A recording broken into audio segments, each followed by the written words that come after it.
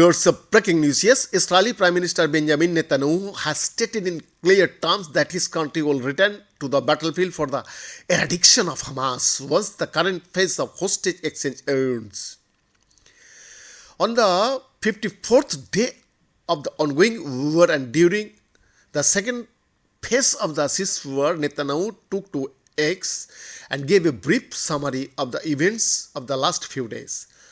Netanyahu said after the events of October 7, when Hamas butchered thousands of Israelis, he had set three goals: the elimination of Hamas, the return of all our abductees, and to ensure that Gaza will never again be a threat to Israel. Bibi said his goals remain the same and that also his government had achieved a great deal in the last week, which included the return of abductees, a feat that would have sounded imaginary.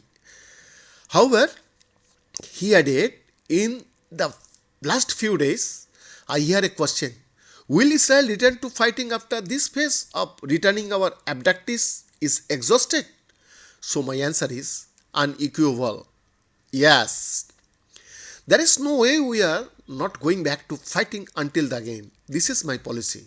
The entire cabinet stands behind it. The entire government stands behind it. The soldiers stand behind it. The people stand behind it. And that is exactly what we will do.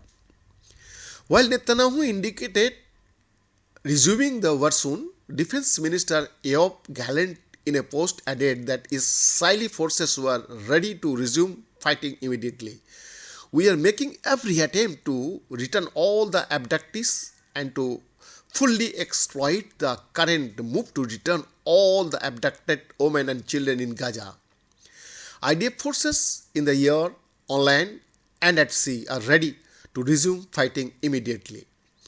After last week's truce deal and the subsequent extension on Monday, November 27, negotiators are working towards extending the ceasefire.